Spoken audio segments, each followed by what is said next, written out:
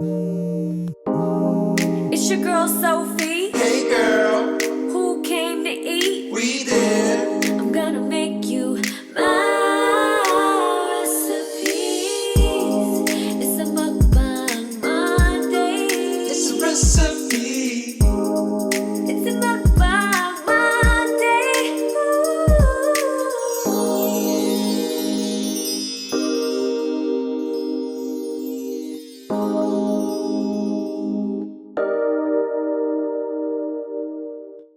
Hello everyone, welcome back to my channel and welcome to another episode of Mukbang Monday. And I know what you're thinking, it's Thursday today, but you see what happened was I was traveling last week. I went to London and I had all my pre-filmed videos, but they went up last week. And to be honest, I just didn't have a video for this week. And I think that this was maybe one of the faster ones that I could make. So I went ahead and filmed it today and I apologize for posting it on a Thursday, but it's okay. I'm sure you guys understand. Today's video is going to be on my famous mint mojito latte. This is inspired by Philz Coffee. If you haven't been to Philz Coffee, you sleeping, girl. It's my favorite coffee shop. I love their mint mojito. It's so delicious, sweet and creamy, and you can just taste the mint, and it's unlike any drink that I've ever had. I introduced the mint mojito at Philz to Whaley and Wall, and they were going like every single day. And I went through that phase as well, but you know, it's quite expensive. And on top of that, they make it not very sweet where it's like unbearable, but it's sweet. And you know, I like to go there every now and then and treat myself. However, if you're gonna make this every day like I do, you don't wanna intake so much sugar. So I just do a little bit of sugar and it's still delicious, and you know, using my own fresh ingredients. And I feel like just the process of making my iced latte is so relaxing in the morning. I really look forward to it. But yeah, a lot of you guys have requested for this Mukbang Monday. Every time I post this on Instagram, on my stories, I get a ton of DMs on how to make this. So today I will be showing you, and I'll also be doing a little Q&A at the end, so stay tuned for that. And yeah, if you're interested, then let's get started. These are the ingredients that you will need. It is not that many. It's very simple to make. So first off, you'll need some coffee. I'm just using regular coffee, but you can use espresso beans as well. Strong, normal coffee does the trick for me. I just grinded this up, so we'll be needing coffee. And next we have some raw cane sugar, very important. After that, we have half and half. If you are vegan, feel free to substitute that with a coconut creamer or a soy creamer. There's so many options out there. And lastly, I'm using oat milk. You can use almond milk, whatever milk is your favorite, but those two are the ones that I like. So today we'll be using oat. And lastly, you'll need some mint, some fresh mint, even though mine's looking a little bit janky today, but it's all right. All right, so that is all you'll be needing, and let's get started. Okay, so the first thing we're gonna do is take the sugar, and I'm gonna do about 2 teaspoons. I kind of eyeball it. Doesn't need to be perfect, and just depending on how sweet you want it, you'll just have to do trial and error. But I don't like my coffee super sweet, so this is really comfortable. I think this tastes really good, 2 teaspoons. And then you want to take some fresh mint and just throw a few pieces in there. I like mine really minty. When the flavors come out, it's just so good. So I'm just throwing a few leaves in there. You can go a bit crazy because I'm going to end up straining this because it gets too clumpy and I end up breaking up the mint too much. So now I'm just going to muddle the mint in with the sugar. Now when you do this process, it really brings out the flavor in the mint, and the sugar is really helping kind of break it down. So you can use a muddler. I have one here. You can use something like this, but I feel like you have to end up transporting this into a cup and the sugar can get kind of nasty in there. So I like to use the cup that I'm actually going to pour the espresso in. So yeah, I'm just going to muddle this baby up. Okie dokie. That looks about right. As you can see, the mint is really broken down. So now we're just going to brew the coffee directly into this mug. The espresso machine that I'll be using today is the DeLonghi, and this is a very user-friendly espresso machine. I don't know how to work all of the really big guys that are very expensive. This is quite affordable. This one was about 300 something, so really good price, very easy to use, and amazing espresso. So I'm just gonna take my coffee grounds and I'm going to pack it into my portafilter. Now I like to do a double shot because that's just how I roll. I pack it in there. And I'm just gonna clean up the edges. And then I pack it by just pressing down. You don't want to pack it too hard, just with a good pressure. Okay, so here's my packed coffee grounds. Now I'm just going to insert it and lock it in there. And then I'm going to take the muddled mint and sugar and pop that in. And do a double shot of espresso.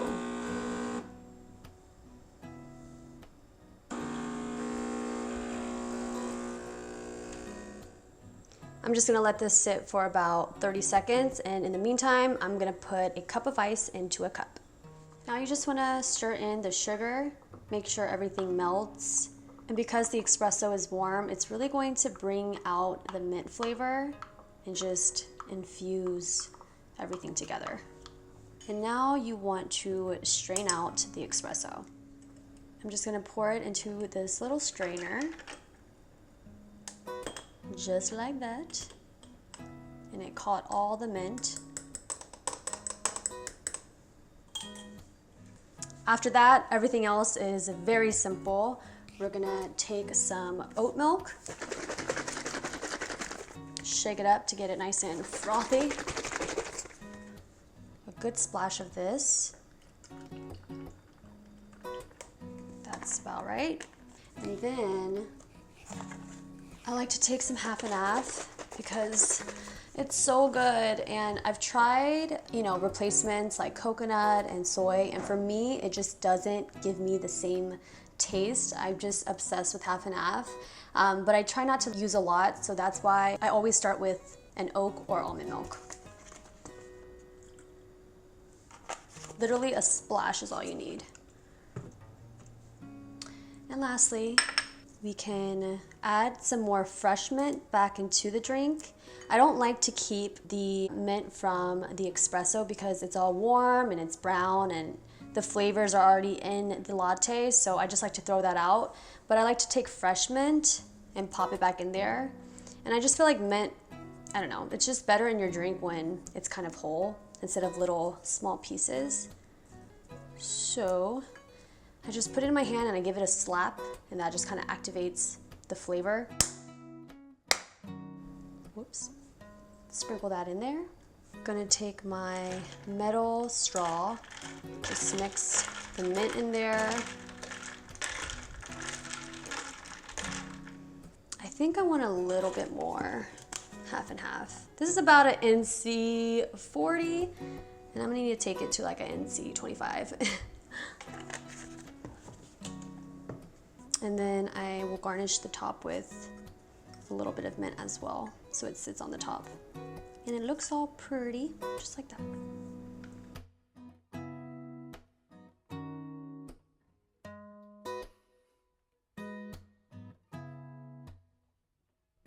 All right, we are here. I am finished, and I'm so excited to try this for you guys. Just gonna give it a nice little stir. Hopefully we can get some ASMR action going on with the mic.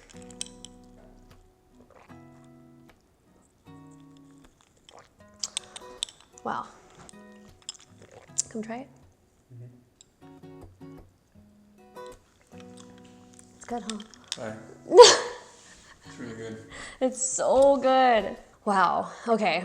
It tastes like a regular iced latte, but with mint infused, and it's really like creamy and the perfect amount of sweetness. It's very refreshing, and I really have one of these every single day. And guys, let me tell you, this process of getting this recipe down like right has taken months. I mean, I really went through trial and error. I feel like when I made it, it took me way too long and it would be a whole process, but I really condensed it down to have it make sense in the easiest way possible. Like before, I would muddle the mint and sugar in a different container, and then I would try to scrape it into the cup, and then it was such a long process. I also remember one time, well, when I first started, I would brew the espresso, put it in the ice, and then put the sugar and mint in there, and the sugar wouldn't dissolve because obviously it's an ice cold drink. So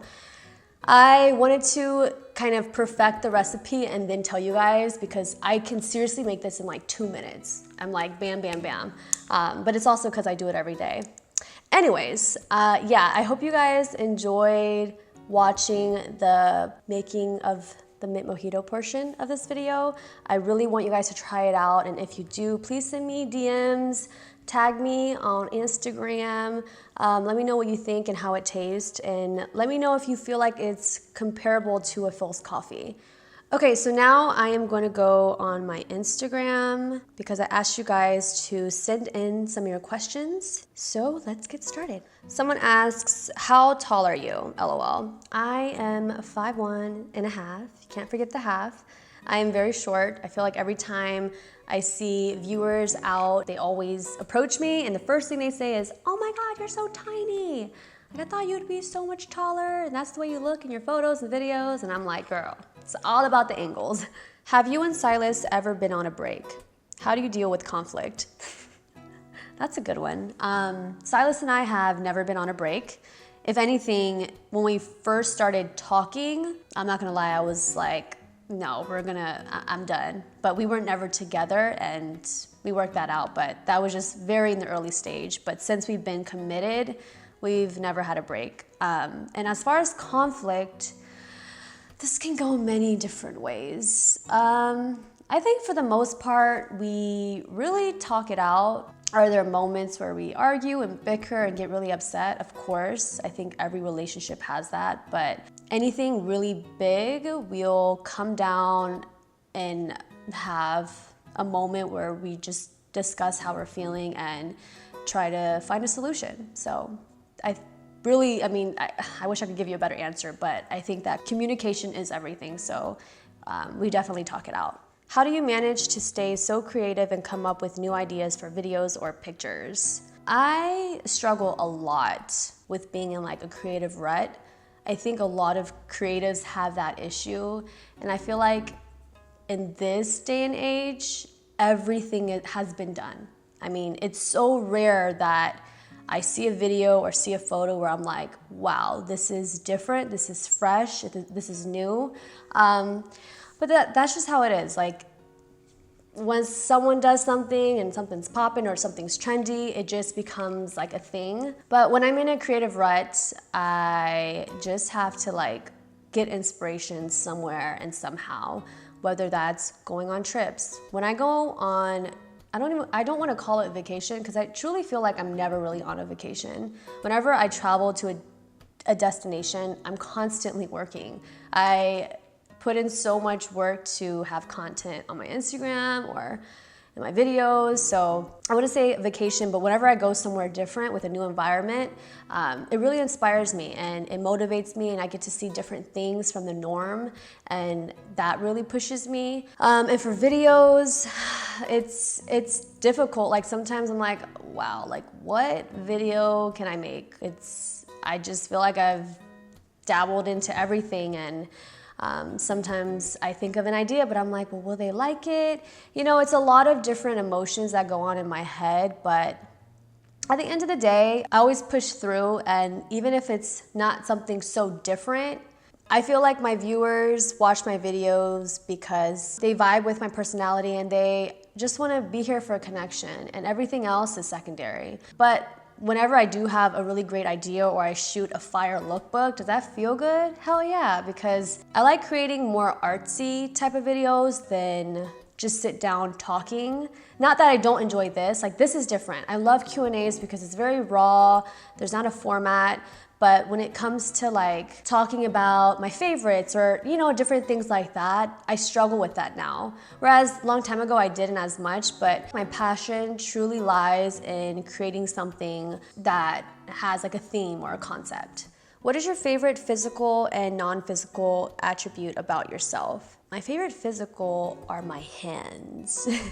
I think I just have really cute small hands. They're very proportionate. Besides my left hand, my pinky's crooked. I don't know how that happened, but yeah, you guys can see that. My favorite non-physical attribute would be, I guess like a personality trait of mine. I think I'm very genuine. Is that narcissist? I really think I am genuine. When it comes to my friends and how I talk to them, I'm very honest. I try to be. And I really don't vibe with people who can't be the same way with me. It's just something that's like in my blood. Like I connect with people who are just super real, and I definitely would say that I'm very real myself. Do you believe designer wear is better? Why? Team Cozy is t-shirts and they're successful. Yes, that is very true. I wouldn't say that they're better as far as like status. I truly believe a good mix of both in my wardrobe. I think that people automatically try to judge someone who likes nice quality pieces, and for me it's not really about like, ooh, I'm wearing this designer. What's not recognized a lot is a lot of the fast fashion, like that industry, they waste a lot of fabric. I love to buy things that I can buy once and wear it for like 10 years. I just like what quality pieces stand for, you know? It's longer lasting and it's better for the environment when you buy one thing and you're like, you're gonna wear it a lot more than a piece that could get ruined really fast. But with that being said, do I wear affordable clothing? Absolutely. I like to do a good mixture, whether it's like affordable top, but like nice shoes or whatever. However you want to mix and match, that's my type of style. I'm not like full on high end. I do not consider my end like high fashion, but I do love quality pieces. How do you stop yourself from feeling upset when your girlfriends hang without you? This should come with age. And if you're dealing with this and you know, you're like a woman, then I think we need to reevaluate a bit. I used to have those thoughts in high school when your friends would hang out and you wouldn't be there and you would feel left out and you'll get really upset about it. But in my adult life, I do not feel any type of way when my friends get together without me. Whether, even if I didn't get an invite and like I see that they're hanging out on Insta stories, I'm just like, oh, what are they doing? Like, I like to like look and see if they're having a good time. I truly feel no sort of jealousy, and I think that's the way it should be. When you have a group of friends, you definitely all vibe with each other, but it's important for some of the friends to just have their moment. I mean, it's not the end of the world. Like, they're just hanging out, and if you love them both, why wouldn't you want them to hang out? I'm all about introducing my current friends to some of my other friends, and like they've made relationships, and even though I introduced them, they would hang out on their own terms, and that's great. Like, I just think you're putting your energy into the wrong thing, you know? I would easily just let that go and just be happy that they're hanging out and having a good time. That's the way I see it, and that's just how I've been. I'm not a jealous, possessive kind of friend. I'm just like, yeah, go do your thing. Like, oh, what did you guys do? Was it fun? How'd it go? You know, I just like catch up on how it went. And there'll be moments where you hang out with one of your girlfriends and, you know, someone else is not invited. Like, there's just gonna be different scenarios, and all of that is just healthy, in my opinion. So I hope that answers your question. How are you? How is your health? By the way, I really love your channel and your editing. Thank you so much for asking how I am. I am doing really good. I kind of had a little bit of traveler's depression, but I typically do whenever I go on a trip and have so much fun. London with Whaley was like an amazing time, but coming back and like getting back into the groove of things, and you know, today's Monday and had to get back to work. It's always a little bit difficult to get there, but overall I'm feeling really great. As far as my health, I think I talked about it in my vlog that should be coming out next week. But my health has been a little wishy-washy. I found out that I have gallstones. You guys are familiar with my like chronic illness, I guess, my stomach pains. I pretty much have a problem with my food digesting properly, and as a result, I get a lot of upper chest pain. And there's been 3 times this year where I've had a really bad attack. So when I say attack, it's a lot more intense than what the normal pains are. Like the pains that I have, they're doable. Are they painful? Yes, but I can like push through. But when I have an attack, it's like a whole different story. The pain was so unbearable, and I almost feel like I hallucinate because I can't think straight, I can't talk, I can't move, and I'm just like crying and screaming for help, but there's really nothing that anyone can do. But about 2 weeks ago, I had a really bad attack, and Silas took me to the ER, and they did an ultrasound on me and found out that I have gallstones. Now, is this the cause of the pain that I've been going through since like a child? I'm not sure. But are the symptoms of having gallstones very similar to the pains that I have? From what I read, yes. However, there's certain things where my symptoms are a bit different from what I read, and that makes me feel like, this may not be it. But I don't know. I'm just going to be optimistic and think that this could definitely be the reason why I feel these pains. But with that being said, I have a consultation this Thursday with my doctor. It's with the surgery department. So we're gonna be talking about what my options are and how severe it is. And we're just gonna get more into details on how my stomach is looking. So yeah, I'll keep you guys posted on that. I haven't had an attack since the last one, but that one was really bad, and I just don't want to experience that again. So I'm really hoping that I can find some answers soon. But I think that for the longest time, I just kind of gave up on my situation, and I've just come to terms with the fact that it's always going to be there. But I feel like now I've gained a lot more hope, and I wasn't trying to get emotional in this video, but yeah, it's just like really hard.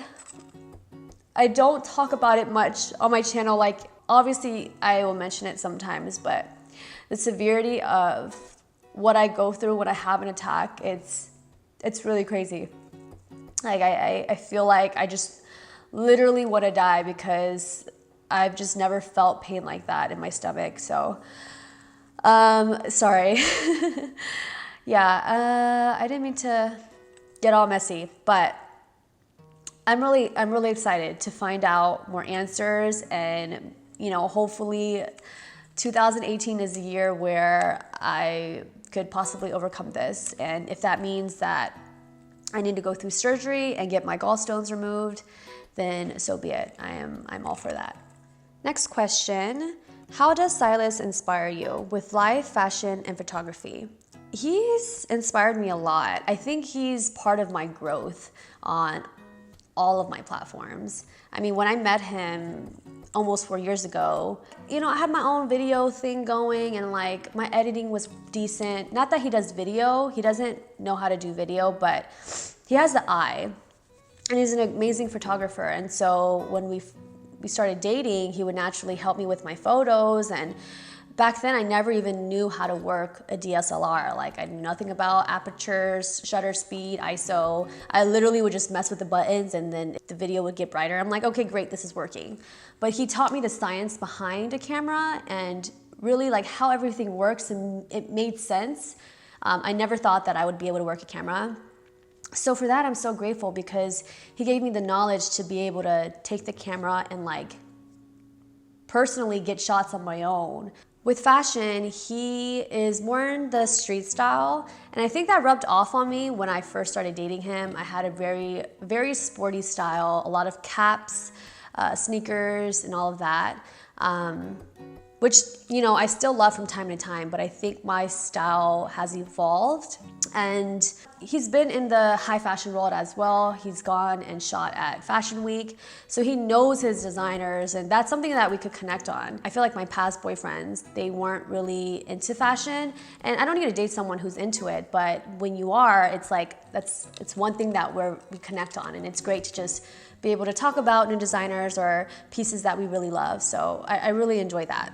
The way he's inspired me with life is just so many things. I mean, I've learned so much from him. I mean, partly because he's like an old man. He's 33. No, I'm kidding. But he's very experienced, and if you guys just knew Silas's story, it's insane. I mean, he's gone through so much, more than any of you would ever know.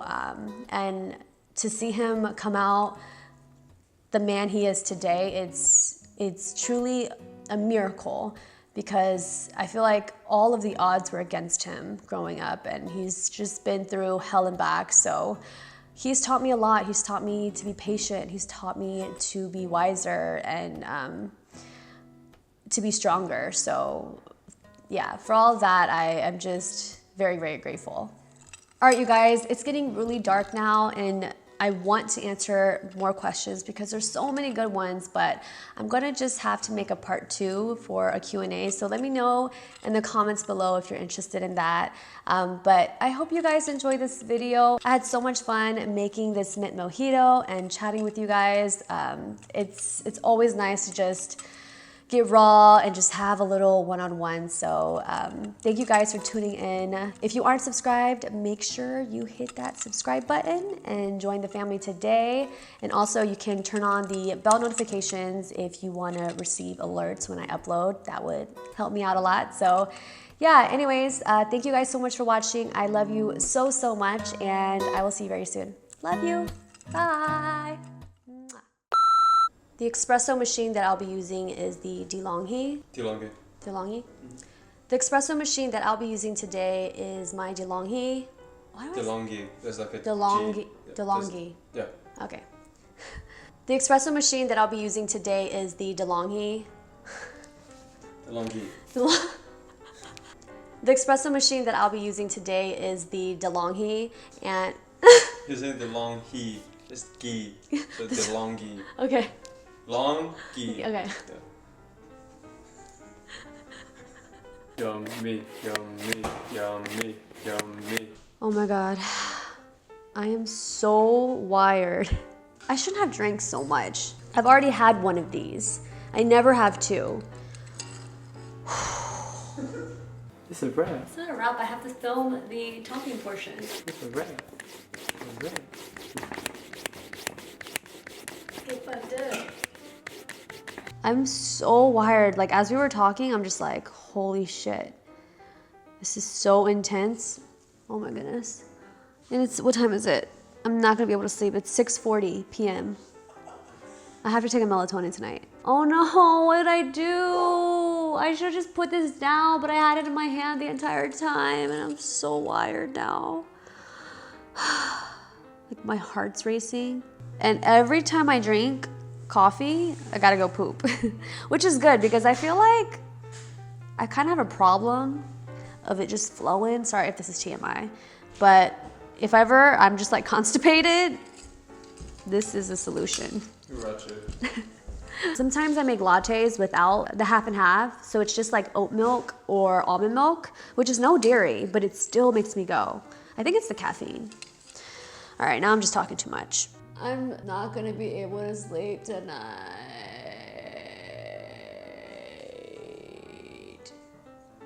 I gotta go poop. It's time to go. It's really time to go.